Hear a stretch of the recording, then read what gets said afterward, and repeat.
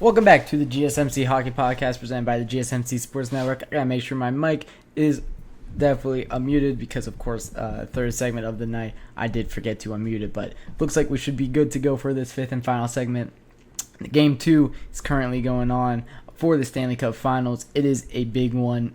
Little bit live reaction to it. What I saw in the first period when I was out there watching the first period. Of course, for the second period, I was in here unable to watch the entirety of it, unfortunately, but hey, the job's the job.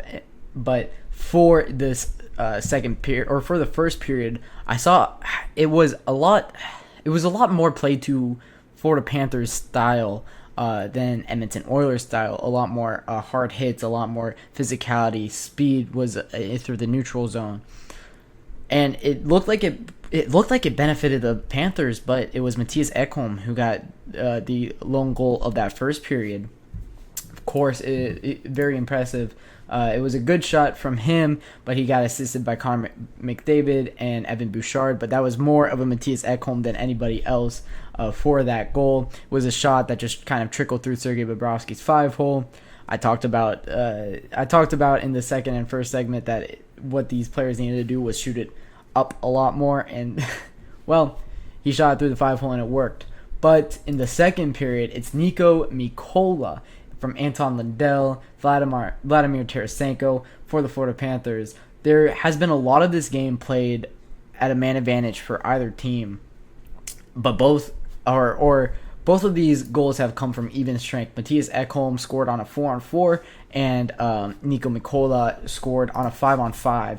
So a little interesting that neither of these teams have been able to get it done on the power play, as the Edmonton Oilers are 0 for 3 and the Florida Panthers are 0 for 4 on the power play in this game. That's insane that neither team could score on 7 tries. Of course, the Florida Panthers had a 5-on-5 that was kind of negated a little bit from a trip? What was it? I actually can definitely find out. It was Oliver Ekman-Larsson trip on Matthias Janmark. On that power play led to a 4-on-4. That's where Mattias Ekholm scores. But, I mean, just very undisciplined play by both teams. Florida Panthers take 2 penalties in the second period. Unable to capitalize on either of them were the Edmonton Oilers. And although the Edmonton Oilers looked like they kind of played better in the second period, it's the Florida Panthers that get that equalizing game-tying 1-1 goal. This series is all over the place. It's a series like this that's so hard to predict and so hard to figure out who kind of has the upper hand on it, because you have both teams playing well, but both teams are playing well, but not at the same time. And when the team that looks like they're playing more poorly is the team that is getting out on the advantage in the score sheet or on the scoreboard more often than not. It was kind of the same way in Game 1 where the Florida Panthers had their chances and they capitalized on their chances, and that's why they won that game.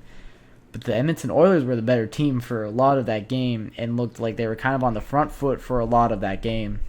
Kind of reminds me of what the Carolina Hurricanes did against the New York Rangers in that second round series. How they looked like they were really good in the first few games, but they go down 3-0 in the series nonetheless. Hopefully the Edmonton Oilers can make this a little bit more competitive than that one was. Although the Carolina Hurricanes did come back a little bit in that series, winning Game 4 and Game 5 to make it 3-2. Of course, ultimately losing that Game 6. The Edmonton Oilers look like they're in prime positions to take one in Florida. Although we say prime positioned to take one in Florida, it's 1-1. Edmonton Oilers have 7 shots to the Florida Panthers 22. Stuart Skinner is the goaltender that's playing out of his mind in this game. This series is so weird. You expect the Oilers to score a lot when they are winning and when they are playing well, and that was that was Saturday when they were playing well. They didn't score a lot. Now, the Florida Panthers playing great defense, only giving up 7 shots on goal. It's a tied game here. This game, this is what I'll say about this game and what I really saw through it.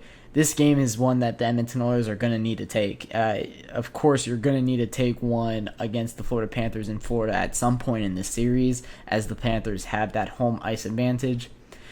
This one looks like it's going to be the one that they can. Now going back to Edmonton, Rogers Place has been so great in this postseason. In that Vancouver series, it played a huge factor against the Vancouver Canucks. And in that last series against the Dallas Stars, when they went back to Rogers Place after the first 2 games, they looked very impressive, although giving up, I believe it was the game 3 that they lost. They were still very impressive in both those games that were played in Rogers Place, and the crowd is always behind the Edmonton Oilers.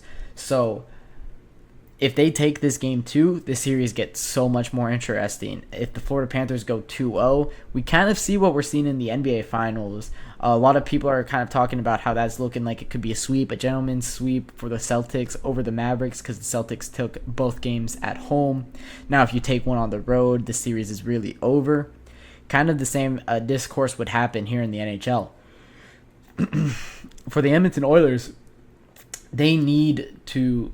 As I mentioned, they need to take one on the road at some point in this series. And if you're going into the third period tied and you played the majority of this game with the lead, you need to be able to capitalize on that on the road in Miami, Florida.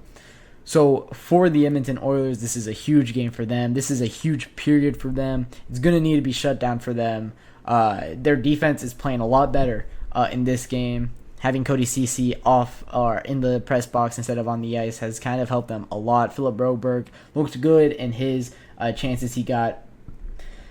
And for this game, every stat favors the Florida Panthers, but the Edmonton Oilers have looked pretty good in this game, and a lot of scoring chances for the Edmonton Oilers in that first period, especially.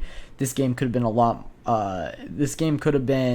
lot higher of scoring if the Edmonton Oilers not only capitalize on those chances, but just put pucks on Bobrovsky. They missed a lot of nets in that first period. So Edmonton Oilers against the Florida Panthers, this series it's one of the more interesting ones I've seen in recent memory, because there's no series that has been so antithesizing to what I've known of hockey in previous years. If you put pucks on net, if you create high pressure, if you win faceoffs, if you shut down their power play, you're going to win hockey games. Well, the Edmonton Oilers have kept them to 0-4 on the power play in the game 1.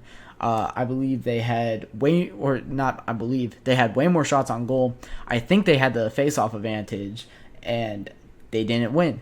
In this game, it's a tied game. The Panthers are up 15 in the shots on goal department. They've kept the Oilers 0-3 on the power play. They're up 4% on the faceoffs. They've hit them more. They've blocked more shots. They have 9 takeaways compared to the Edmonton Oilers 3.